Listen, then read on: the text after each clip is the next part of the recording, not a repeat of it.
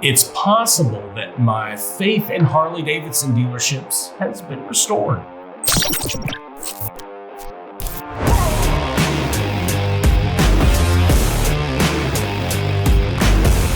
Okay, so in all fairness, it's been well documented on this channel the issues that I've had with Harley Davidson dealerships in the past, even going all the way back to the video where I was banned from a certain Harley Davidson dealership in Southern California in Orange County. If you want to know where that was, there'll be somebody that put something down in the comments below. However, I only feel like it's fair that through the couple of videos that we've had on the channel now talking about the practices that we don't like from the Harley Davidson Motor Company, and specifically and really in all honesty, the dealerships, the individual dealerships with the markups and the high pressure sales tactics and all of that kind of stuff. Well, if we're going to put out the negative, then I think it's only fair that we talk about the positive if and when it happens, and it happened to me. And that's what we're going to talk about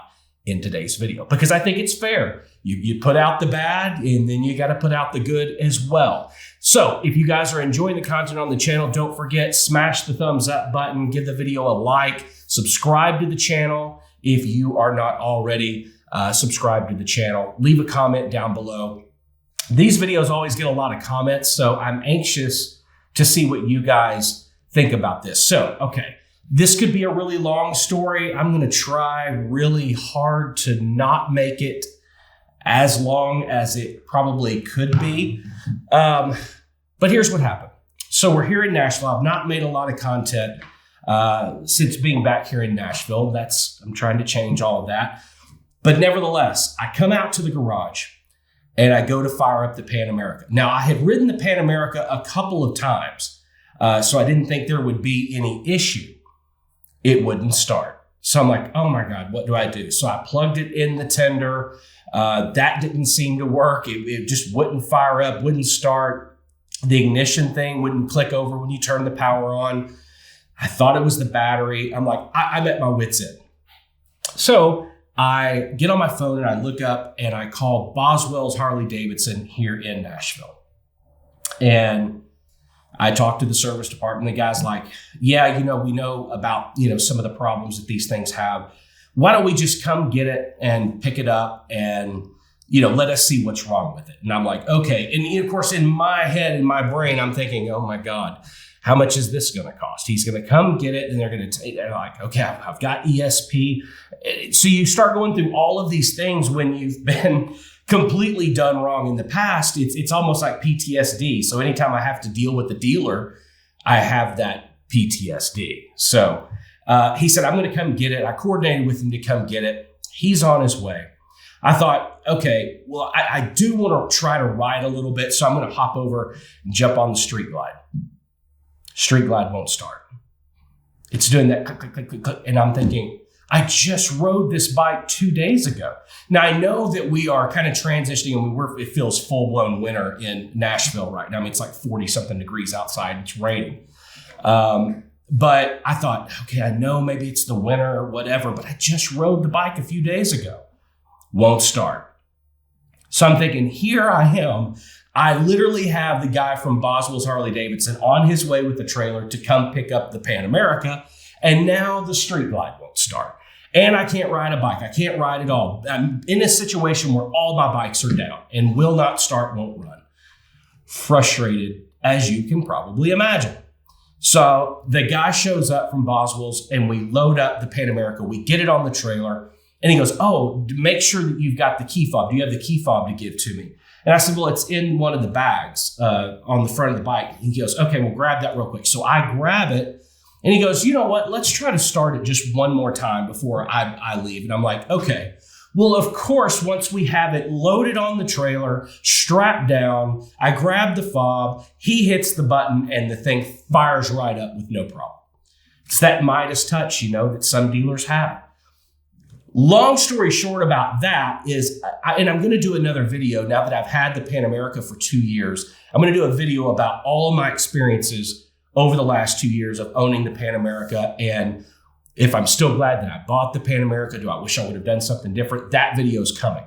But nevertheless, doing some research, talking to him, a lot of my issues with the Pan America, and especially the ignition system, the electronics, the battery, how all of that is related, seems to have a lot to do with the fob.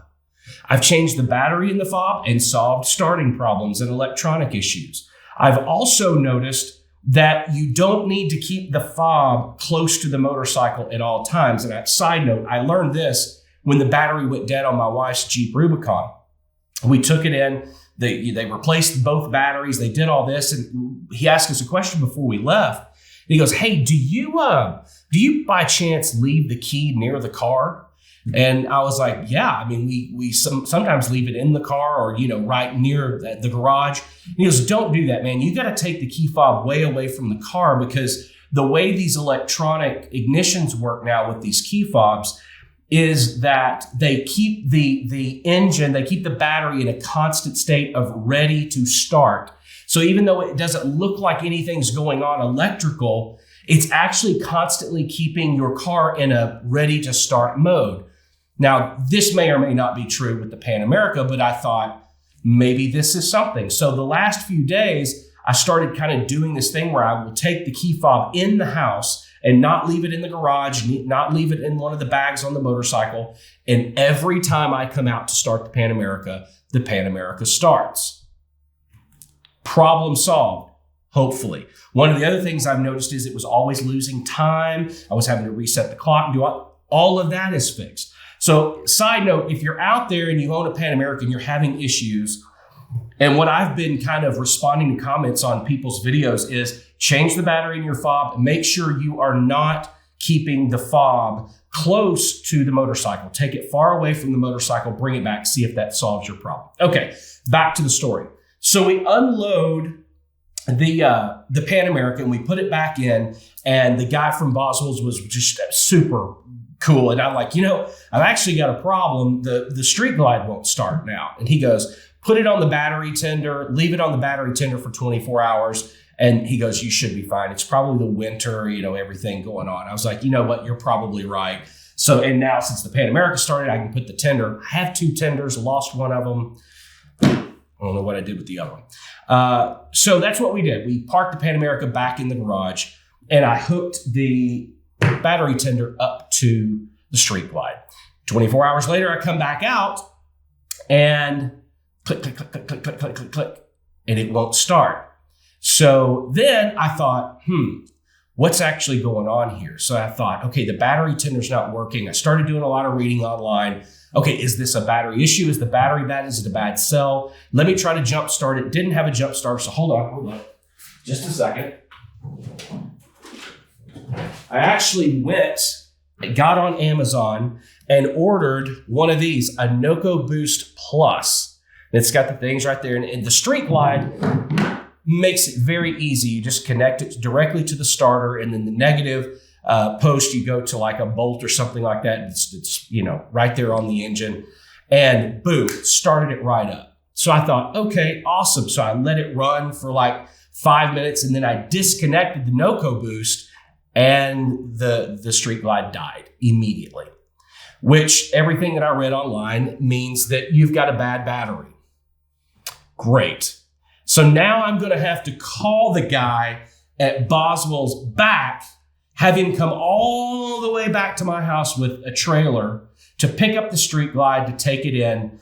And I did something, y'all. Have to say, I'm mighty proud of myself. Joking. Okay, but I will say, I am not a wrencher, okay? The last thing in the world, if you want to see me really mess something up, give me a tool, scissors, glue, and some paper, and I can totally destroy the world. So I'm not that mechanically inclined, and I'm not really good at working on my own bikes. I can put on accessories and do all that, but when it gets into taking things off and taking bolts that the factory, that's not my thing. But I thought, you know what? This is the opportunity to learn something. This is the opportunity to better yourself. I am going to take the battery out of this Street Glide. And after watching 2 or 3 YouTube videos on how to actually take the battery out of the Street Glide, I took the battery out of the Street Glide myself. When I took the battery out of the Street Glide, I realized it says on the side of the battery that should anything go wrong with this battery from 2 years from the date of purchase, they will replace the battery. It says if this is a replacement battery, you've purchased this battery, I think it's 1 year. So if it's brand new motorcycle, which is a 2021, I got my paperwork out and I looked, and I had bought the motorcycle like December 13th. So I was still in this 2-year window. And it says right there on the side. So what do? I called Boswell's Harley Davidson, talked to the service and parts department, explained the problem. They're like, yeah, bring it on in. Loaded the battery up, drove to Boswell's Harley Davidson. Now, on my way to Boswell's, I was expecting and anticipating and preparing for everything that could possibly go wrong. I'm thinking that even though it says it on the battery, they're going to tell me I didn't buy it at this dealership, so I'm going to have to buy a brand new battery. I will say I went prepared to have to purchase a new battery.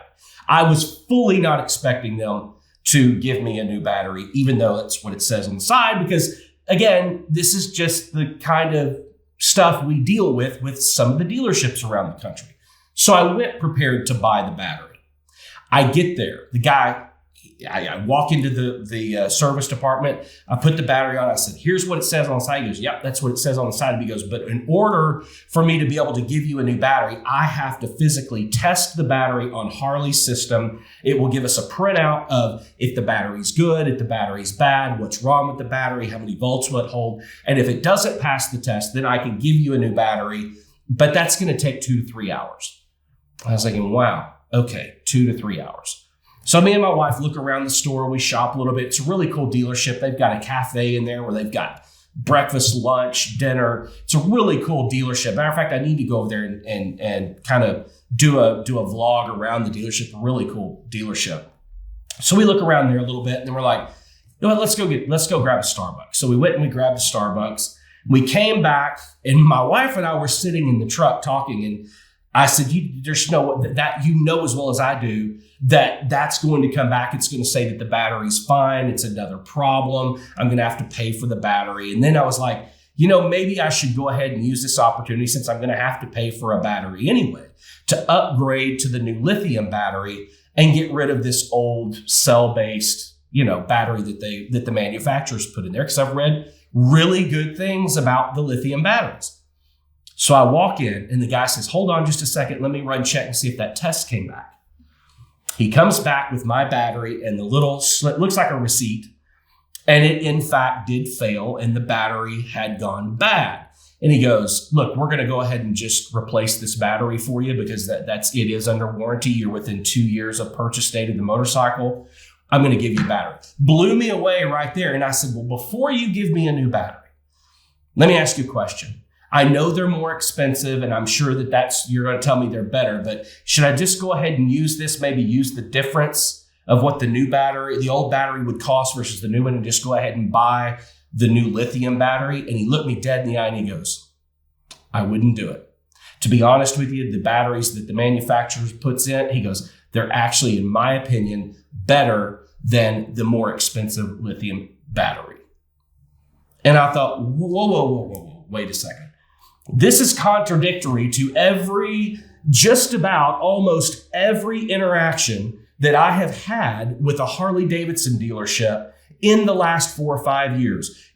I literally had this guy in the service department at Boswell's Harley Davidson tell me, do not spend more money and upgrade this battery. The one we're going to give you for free to replace the battery that you took out is better than the one you could spend your money on.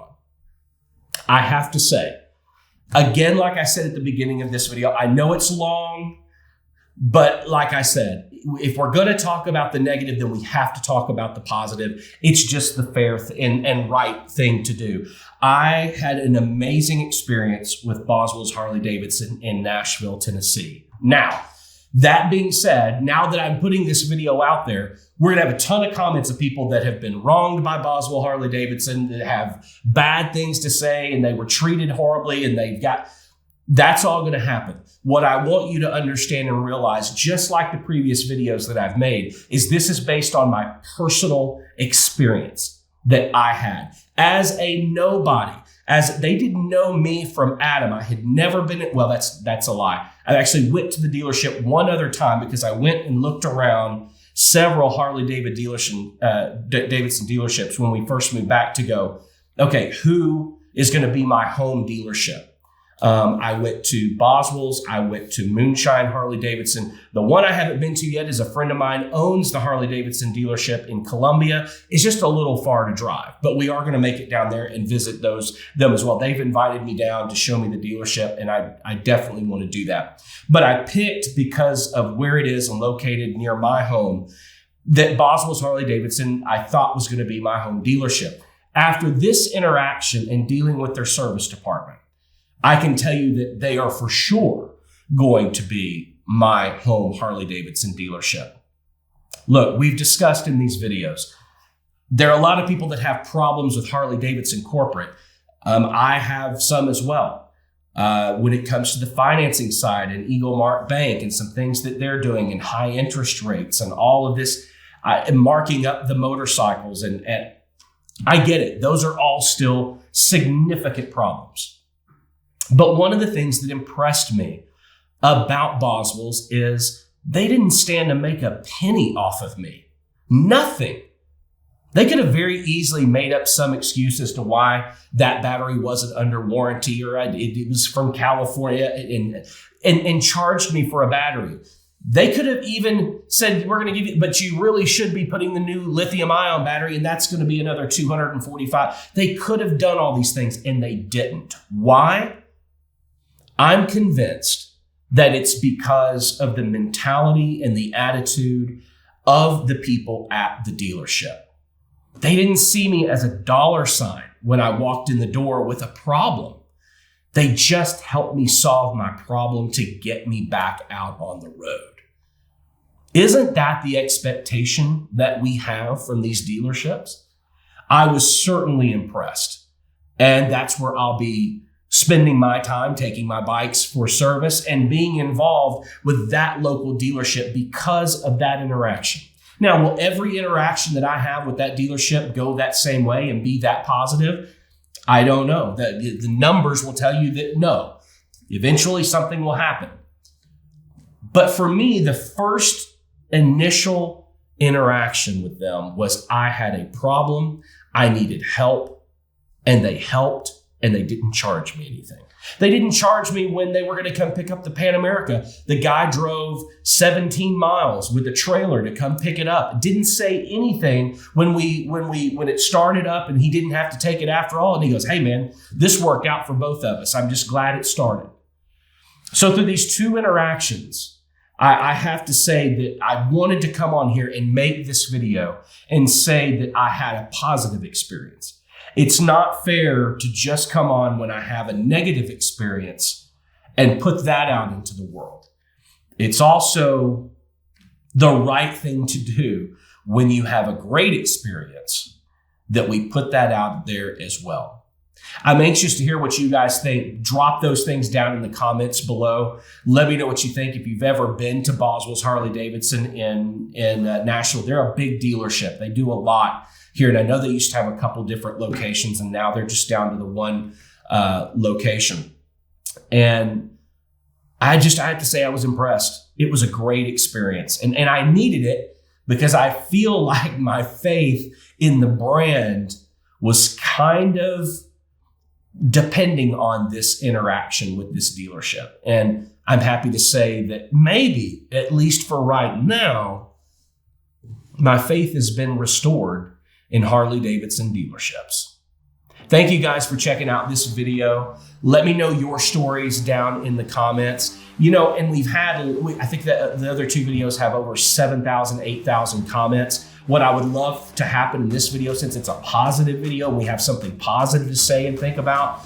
Let's drop some positive comments down in the comments below. If you love your local Harley Davidson dealership and they treat you right, whether it's a service, whether it's sales, however it's related, how their relationship with the community, put that down in the comments section. Let's flood this video with positive comments instead of so many horror stories like we hear in the other videos. And those are important too. But I really would like to hear some positive feedback from you guys on the dealerships that you deal with in your local area so that we can get some names of dealerships out there that people can trust and we know that people are being done right. Thank you guys for checking out the video. Don't forget, if you're not already, subscribe to the channel, smash the thumbs up button, and leave a comment down below. I promised you guys I was going to be making more content. This is now the second video within 7 days. So looks like we're on a kind of a trend here. See you guys in the next video.